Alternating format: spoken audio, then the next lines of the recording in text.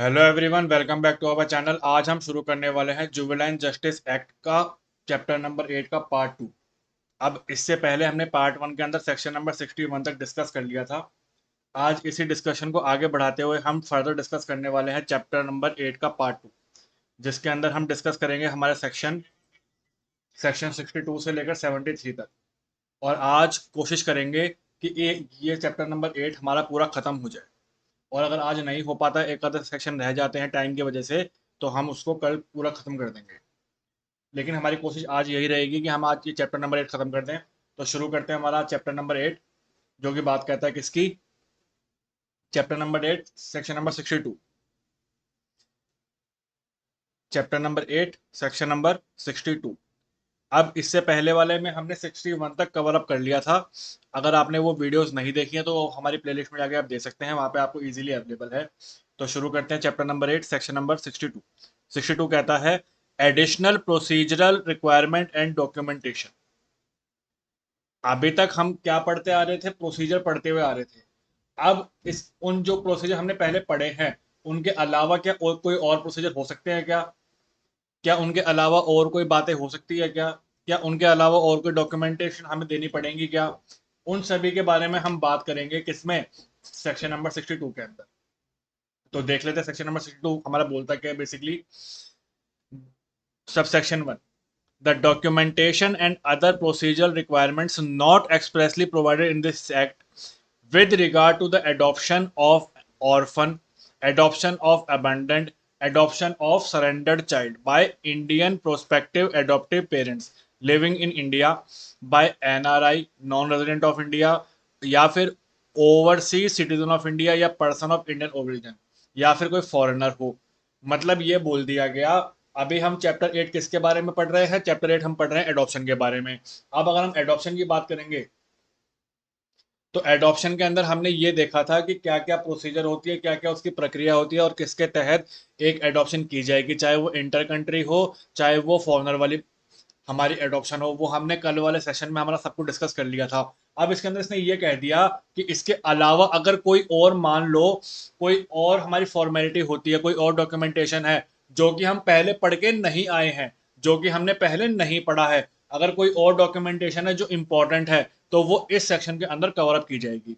अब ये जो डॉक्यूमेंटेशन है कौन करवाएगा?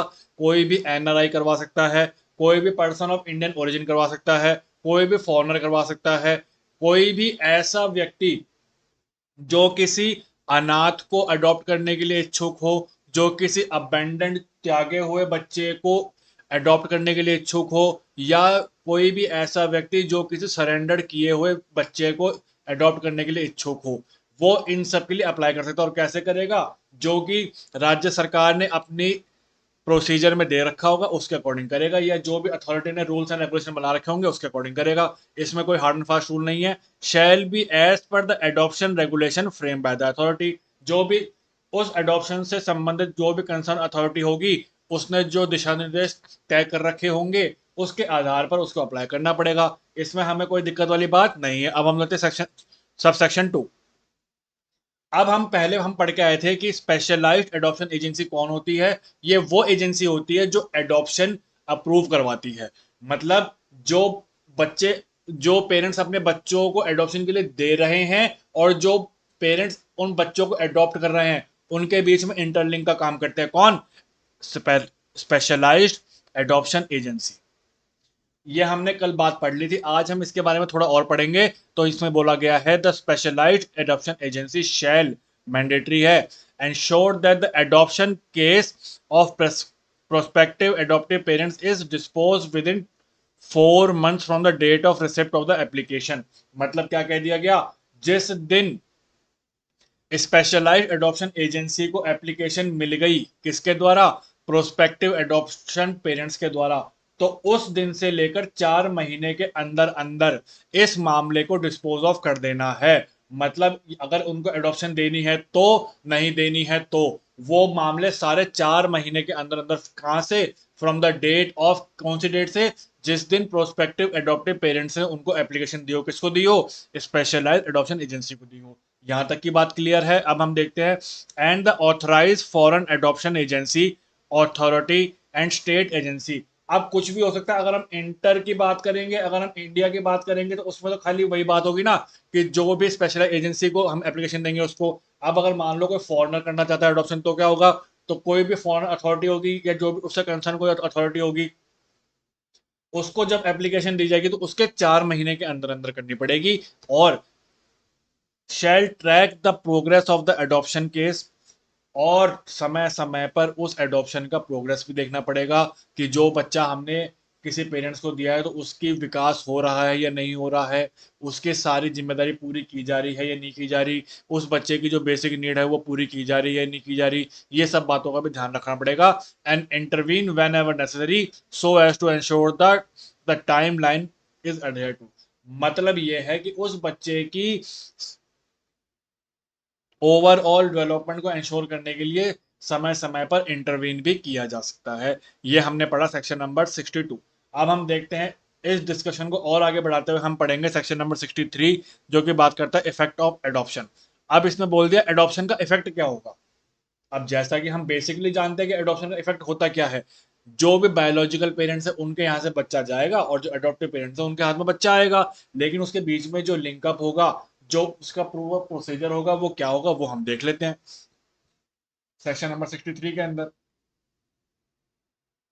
तो क्या बोला है इसने, इसने बोल दिया a child in respect of whom an adoption order is issued by the court shall become the child of the adoptive parents. मतलब जिसके फेवर में, जिस एडॉप्टिव पेरेंट्स के फेवर में वो कोर्ट का ऑर्डर गया है, तो अब ये बच्चा उसी पेरेंट्स का क्या हो जाएगा, एडॉप्टिव चाइल्ड हो जाएगा। ये पहली बात कह दी। और and the adoptive parents shell become the parents of the child, और जो एडॉप्टिव पेरेंट्स हैं वो उस बच्चे के माता पिता कहलाए जाएंगे। इसमें भी हमें कोई दिक्कत वाली बात नहीं है। As if the child had been born to the adoptive parents, और यही माना जाएगा कि इस बच्चे का जो जन्म हुआ है वो कहाँ हुआ है, बायोलॉजिकल पेरेंट्स के यहाँ पे नहीं, एडॉप्टिव पेरेंट्स के यहाँ पे इस बच्चे का जन्म हुआ है।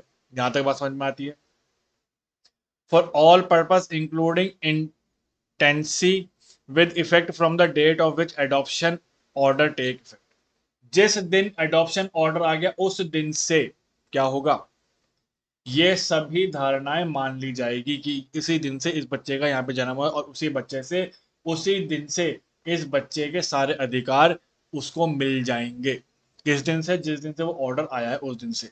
यहां तक हमें कोई दिक्कत नहीं है। अब and on from such date all the ties of the child in the family of his or her birth shell stand सर्व, या फिर जिस दिन से उसका का जन्म माना जाएगा उस दिन से हो जाएगा, कोई दिक्कत नहीं है। And replaced by those created by the adoption under adaptive family.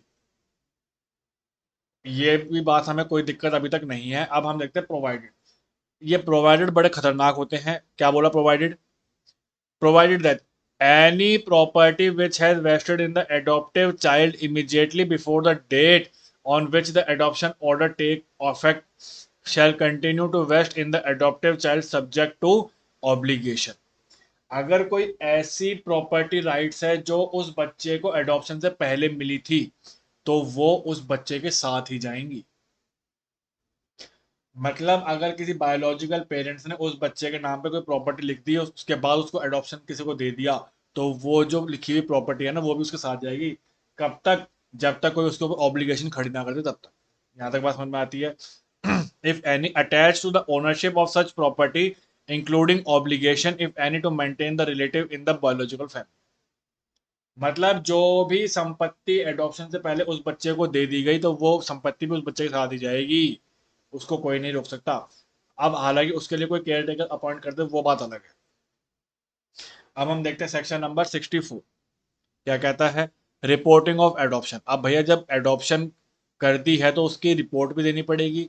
कौन देगा, कैसे देगा, किस प्रक्रिया से होगी, किस तरीके से होगी, वो हम देख लेते हैं।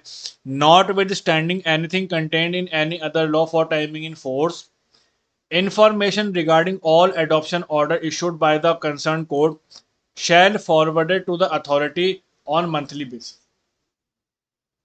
मतलब जो भी कोर्ट एडॉप्शन ऑर्डर को इशू करेगी उसकी जानकारी वो कोर्ट उस कंसर्न अथॉरिटी को मंथली बेसिस पे प्रोवाइड करवाएगी। मंथली बेसिस पे उस अथॉरिटी को वो कोर्ट वो इंफॉर्मेशन देगी कि हमने इस महीने के अंदर इतने एडॉप्शन ऑर्डर इशू किए हैं,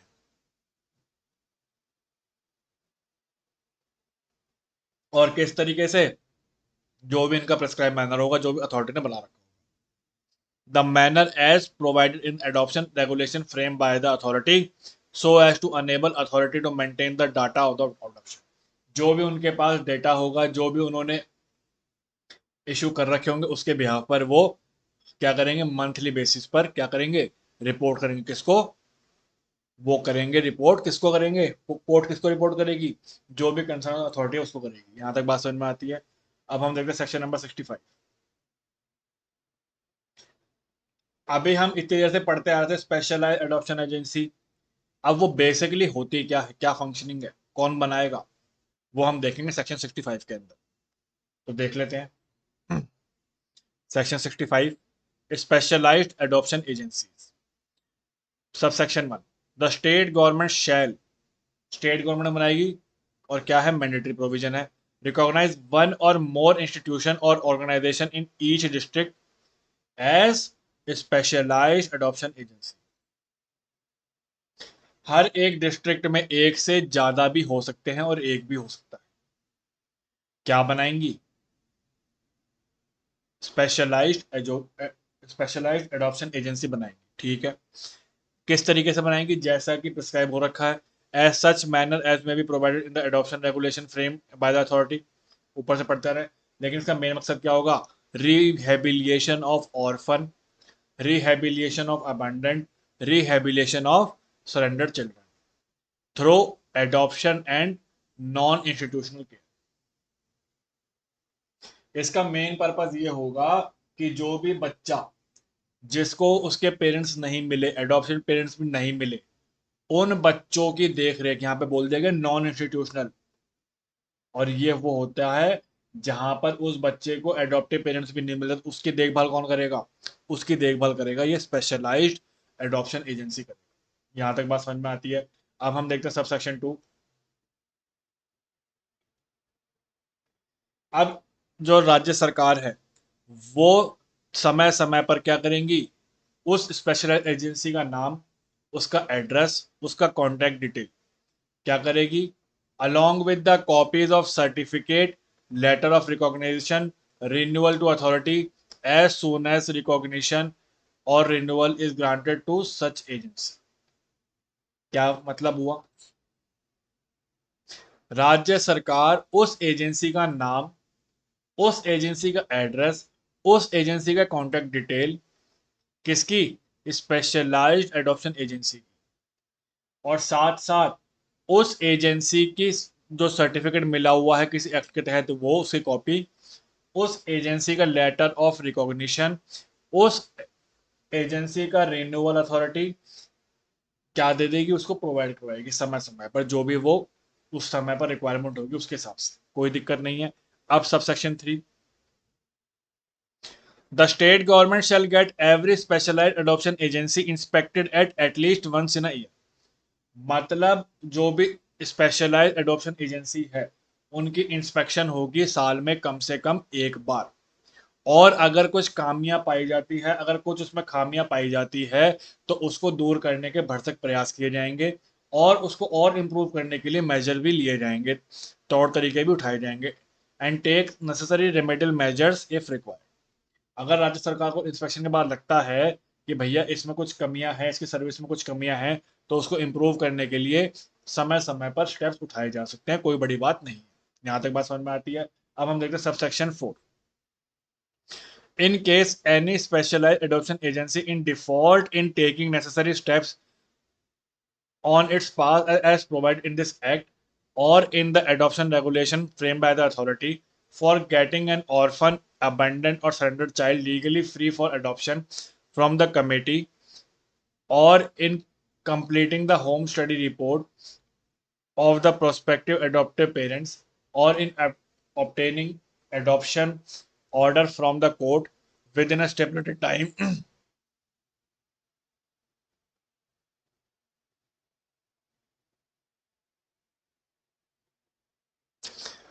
such specialized adoption agency shall be punishable with fine which may extend up to 50,000 rupees, and in case of repeat or default such recognition of the specialized agency shall be withdrawn by the state government.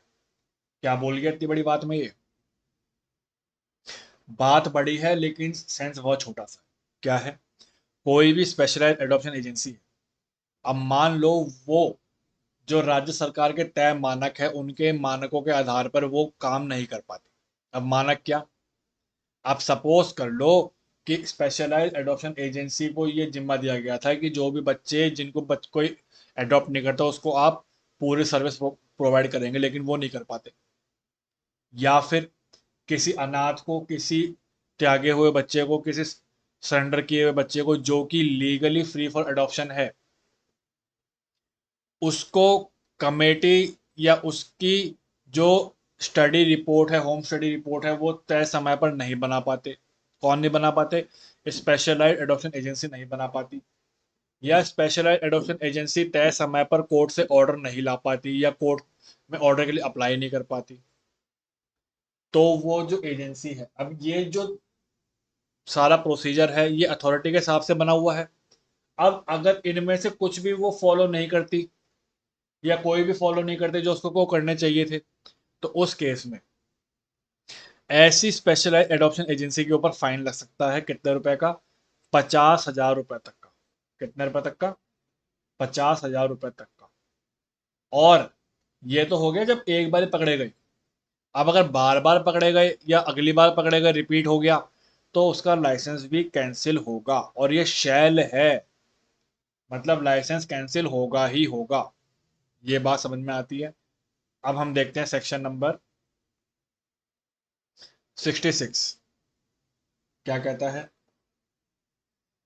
Section 66, adoption of children residing in institution not registered as adoption agency। अब कोई ऐसे बच्चे हैं जो कि किसी ऐसे institution में रह रहे हैं जो कि रजिस्टर्ड नहीं है, उनका एडॉप्शन क्या हो पाएगा? क्या होगा? तो कैसे होगा? नहीं होगा तो क्यों नहीं होगा? ये सब हम इसके अंदर पढ़ेंगे। देख लेते हैं सब सेक्शन में। All the institutions registered under this act which may not have been recognized as specialized adoption agencies shall also ensure that all orphan, all abandoned, all surrendered children under their care are reported, produced, declared legally free for adoption by the committee as per the provision of 38।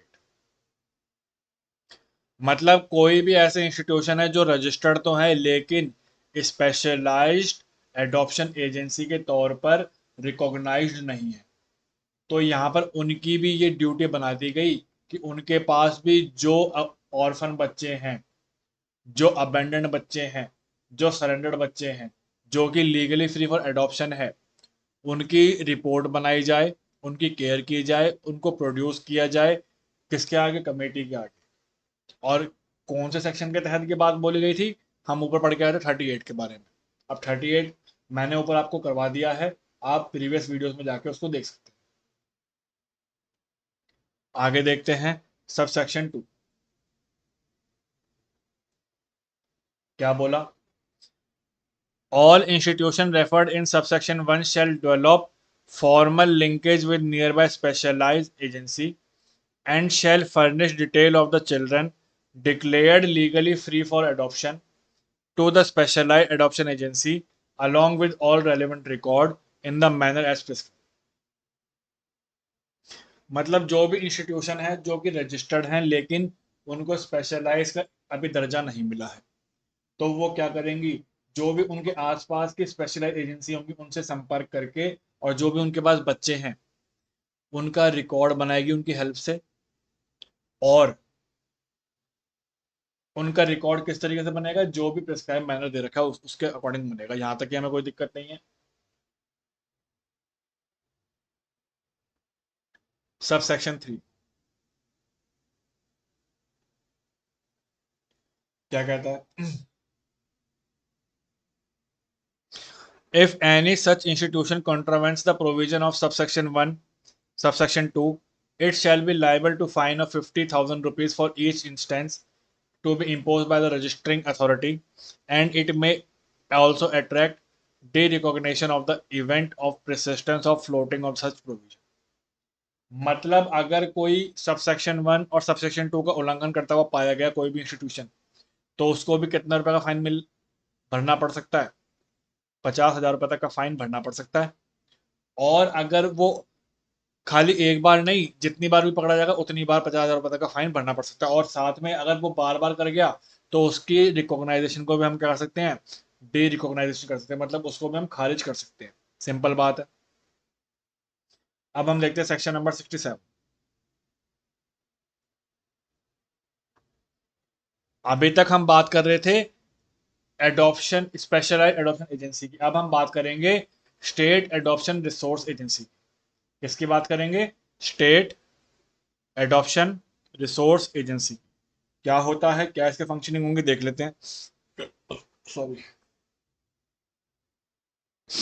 Subsection 1, the state government shell set up a state adoption resource agency. क्या काम करेंगी? For dealing with adoption and related matter in the state under the guidance of authority. जो भी state adoption resource agency है उनको कौन setup करेंगी? राज्य सरकार करेंगी। और उनका मुख्य काम क्या होगा? जो भी एडॉप्शन से संबंधित मामले हैं, जो भी एडॉप्शन वाले मामले हैं, उनको राज्य में स्थापित करेगी। किसके अकॉर्डिंग? जो भी राज्य सरकार ने गाइडेंस बना रखी है या जो भी अथॉरिटी ने गाइडेंस बना रखी है उसके अकॉर्डिंग। कोई दिक्कत नहीं है। Subsection 2, the state agency wherever already exist shall be deem to be set up under this act. अगर मान लो कोई पूर्व में ही कोई स्टेट एजेंसी एस्टेब्लिश्ड है तो वो यही मानी जाएगी कि वो इस एजेंसी के तहत, वो इस एक्ट के तहत बनाई गई है। अगर वो इस एक्ट के आने से पहले ही कोई स्थापित है किसी लोकेशन पर, तो वो यही माना जाएगा कि वो जो एजेंसी है वो इसी एक्ट के अंतर्गत कार्यरत है। कोई दिक्कत नहीं है। हमने 67 में पढ़ा स्टेट एडॉप्शन रिसोर्स एजेंसी, अब हम पढ़ेंगे 68 में सेंट्रल एडॉप्शन रिसोर्स अथॉरिटी। देख लेते हैं। अब वो बात थी एक कंसर्न स्टेट में और ये अब पूरे इंडिया में आ जाएगी। देख लेते हैं इसको भी। Central adoption resource authority. The Central Adoption Resource Agency exists before the commencement of this Act shall be deemed to have been constituted as the Central Adoption Agency Authority। मतलब ये बोल दिया गया अगर इस एक्ट के आने से पहले, कौन सा एक्ट? जुवेनाइल जस्टिस एक्ट 2015 के आने से पहले अगर कोई ऐसी सेंट्रल एडॉप्शन रिसोर्स एजेंसी थी तो वो यही मान ली जाएगी कि वो इस एक्ट के अंदर सेंट्रल एडॉप्शन रिसोर्स अथॉरिटी ही काम कर रही है। और उसके मेन फंक्शन क्या होंगे? Following function. अब फॉलोइंग फंक्शन देख लेते हैं इनके एक एक करके।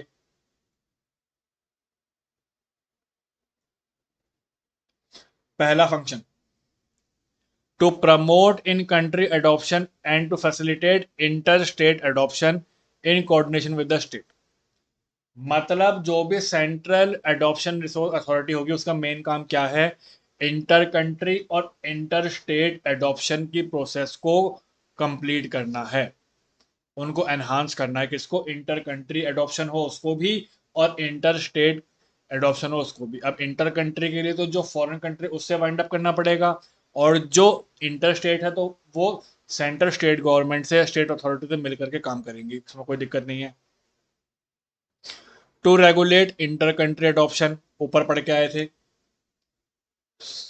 Point C, to frame regulation on adoption and related matter from time to time as made necessary. Adoption से संबंधित नियम कानून बनाने समय समय पर। अभी तक यही पढ़ते आ रहे, अथॉरिटी अथॉरिटी अथॉरिटी। अब वो अथॉरिटी क्या है? वो सेंट्रल एडॉप्शन रिसोर्स अथॉरिटी है। ये बात समझ में आती है। Point D, to carry out the function of the central authority under the Hague convention. हाँ, ये इंपॉर्टेंट है। क्या? जो भी सेंट्रल अथॉरिटी अपने काम करेगी वो किसके अंतर्गत करेगी? हॉग कन्वेंशन के अंदर करेगी, जिसके अंदर क्या था? Protection of children and cooperation in respect of inter country adoption. किसके अंतर्गत कार्यरत है ये? हॉग कन्वेंशन के अंदर। और पॉइंट ई में बोल दिया गया कोई भी ऐसे अन्य फंक्शन जो प्रिस्क्राइब हो और जो छूट गए, इसमें भी कोई दिक्कत नहीं है। सेक्शन 69।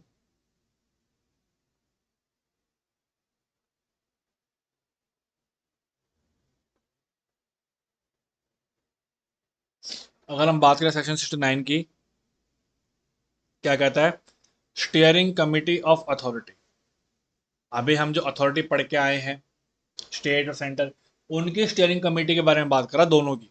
अब एक एक करके पढ़ लेते हैं। The authority shall have the steering committee of following members. Steering committee के मेंबर कौन कौन होंगे? पहला, secretary, ministry of women and child development, government of India, who shall be the chairperson. मतलब ये बोल दिया गया कि अथॉरिटी का चेयरपर्सन कौन हुआ? सेक्रेटरी हुआ किसका? Ministry of women and child development का, गवर्नमेंट ऑफ इंडिया, सेंटर की बात कर रहा है। दूसरा, joint secretary, again ministry of women से, जो कि क्या, कौन होगा? एक्स ऑफिशियो होगा। ठीक है, आगे, joint secretary again same authority से, वो फाइनेंस का एक्स ऑफिशियो होगा। और point D,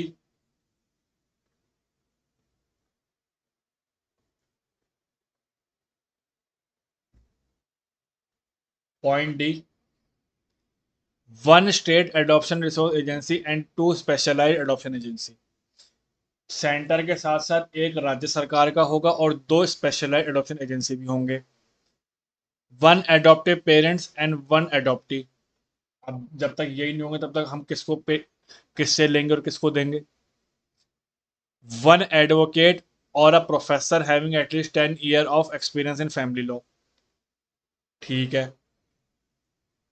member secretary who shall also be chief executive officer of the organisation. ये मेंबर्स होंगे किसमें? एक सेंट्रल अथॉरिटी के अंदर। आगे देख लेते हैं।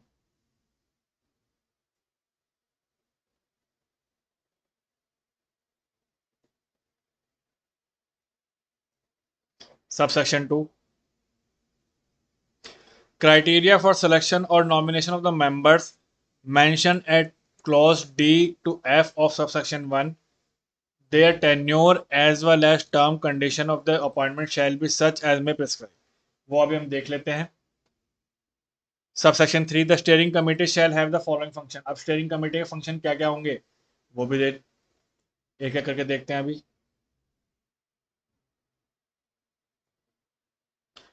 स्टीयरिंग कमेटी का पहला फंक्शन, जो भी अथॉरिटी है उसकी फंक्शनिंग को देखना, उसको रिव्यू करना, उसके काम को रिव्यू करना टाइम टू टाइम बेसिस पर, और उसको और इफेक्टिव बनाने के लिए मेजर लेना। Subsection B, to approve the annual budget. जो भी अथॉरिटी है उसका एनुअल बजट सेट करना, एनुअल अकाउंट सेट करना, उनका ऑडिट करना, उनकी रिपोर्ट बनाना, और उनके एक्शन प्लान को, एनुअल रिपोर्ट को देखना, उनको चेकअप करना। Subsection 3, to adopt the recruitments rule. कैसे कैसे उसमें भर्तियां की जाएंगी, कैसे उसमें सर्विस दी जाएंगी, उसका उनका फाइनेंशियल हिसाब किताब कितना रहेगा, और जो भी अन्य रेगुलेशन है जो उस अथॉरिटी के काम करने के लिए प्रभावी होंगे, उस अथॉरिटी के काम करने के लिए जरूरी होंगे, और वो कौन बनाएंगी? अप्रूवल ऑफ सेंट्रल गवर्नमेंट, केंद्र सरकार की अप्रूवल के बाद ही इन सबको निश्चित किया जाएगा। आगे पॉइंट डी में कह दिया कोई अन्य रूल, वो भी इसमें कोई दिक्कत नहीं है। अब subsection 4, the steering committee shall meet once in a month. Steering committee की जो मीटिंग होगी एक महीने में कम से कम एक बार होगी। 5, the authority shell function from its headquarter. जो अथॉरिटी होगी वो अपने हेडक्वार्टर से काम करेगी और अपने रीजनल ऑफिस से भी काम कर सकती है, कोई दिक्कत नहीं है। अब हम देखते हैं सेक्शन नंबर 70।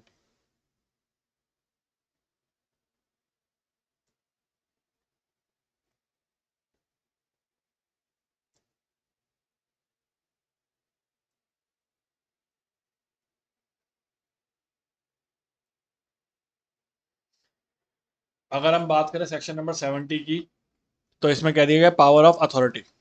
किसकी पावर? अथॉरिटी की पावर।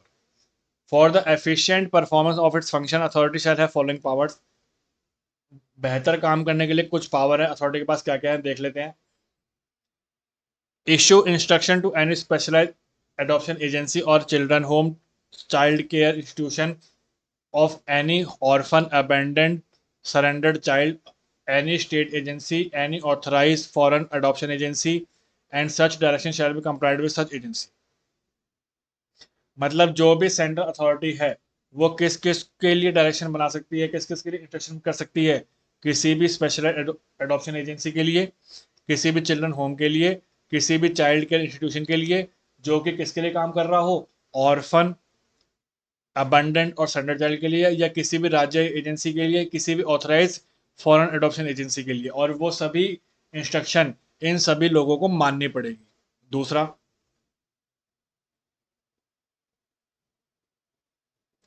सबसेक्शन बी या point B, recommending to the concern government और authority to take appropriate action.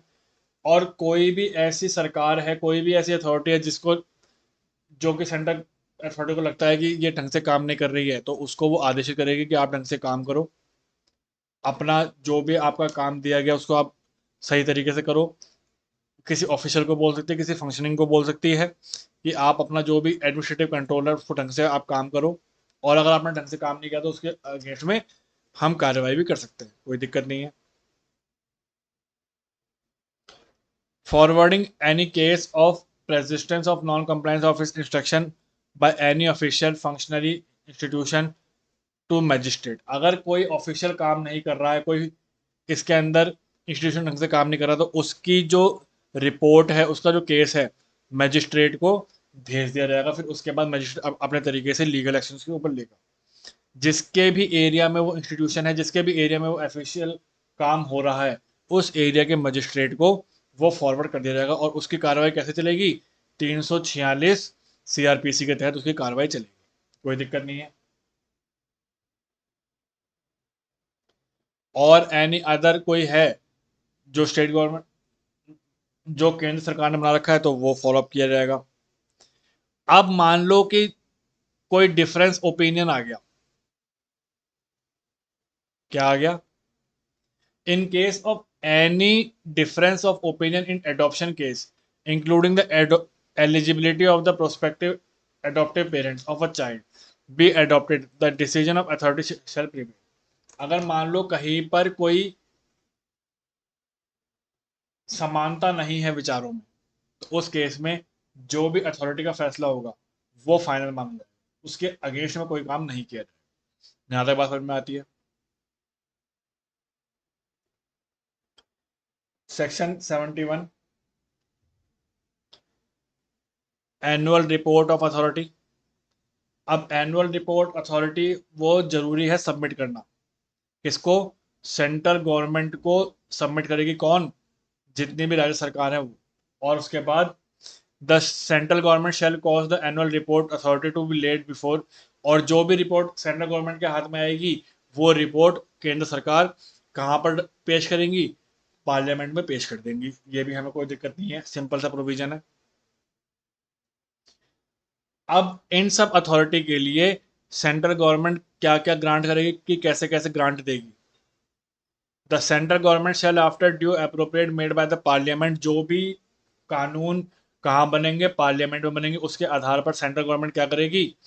पे to authority by way of grant such as sum of money as central government may think fit. जो भी parliament में rule पारित होगा, उसके आधार पर जो भी सेंट्रल गवर्नमेंट को उचित लगेगा, वो ग्रांट दे दिया जाएगा। किसको? अथॉरिटी को।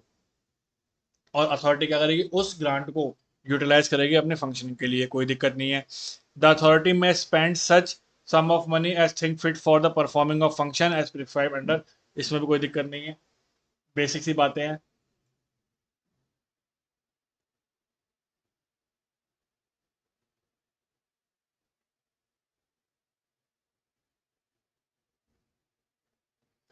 अब सेक्शन 73। अब ये जो अथॉरिटी के अकाउंट्स हैं, इनका ऑडिट कौन करेगा? Accounts and audit of authority कौन करेगा? The authority shell maintain proper account. Authority जो भी होगी उसको अपने अकाउंट प्रॉपरली मेंटेन करने पड़ेंगे, और जो अन्य रिकॉर्ड है उनको समय समय पर बनाने पड़ेंगे। और एनुअल स्टेटमेंट ऑफ अकाउंट्स जिस तरीके से दे रखी है उस तरीके से बनानी पड़ेगी। और कौन तरीका बताएगा? केंद्र सरकार तरीका बताएगी। और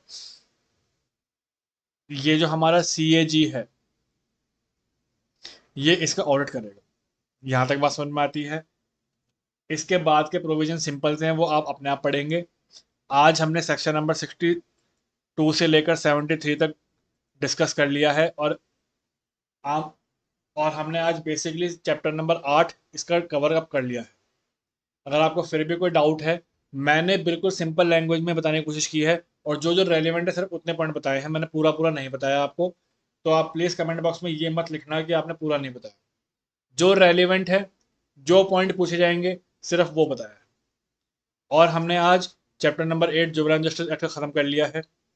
और इससे पहले कि मैं अपनी आज के सेशन को वाइंड अप करूं, आपके लिए इंफॉर्मेशन है कि हमने Rajasthan rent control act, probation of offender act, indecent representation of women act, sexual harassment act, negotiable instrument act, ये एक्ट हमने पूरे पूरे ख़त्म कर दिए हैं, जो कि ये राजस्थान में माइनर एक्ट के तौर पर आएंगे। और अभी हमारा जुबरान जस्टिस भी लगभग लगभग 3-4 सेशन में ख़त्म हो जाएगा। और आज से हम शुरू करने वाले हैं डोमेस्टिक वायलेंस एक्ट। 12 बजे हमारा सेशन शुरू होगा, तो आप उसमें आ सकते हैं। अगर आपको हमारा सेशन अच्छा लगा है तो आप इसको प्लीज़ लाइक करें, शेयर करें, सब्सक्राइब करें। तो मिलते हैं कल सेम टाइम पर नए टॉपिक के साथ। तब तक thank you very much. Goodbye and take care.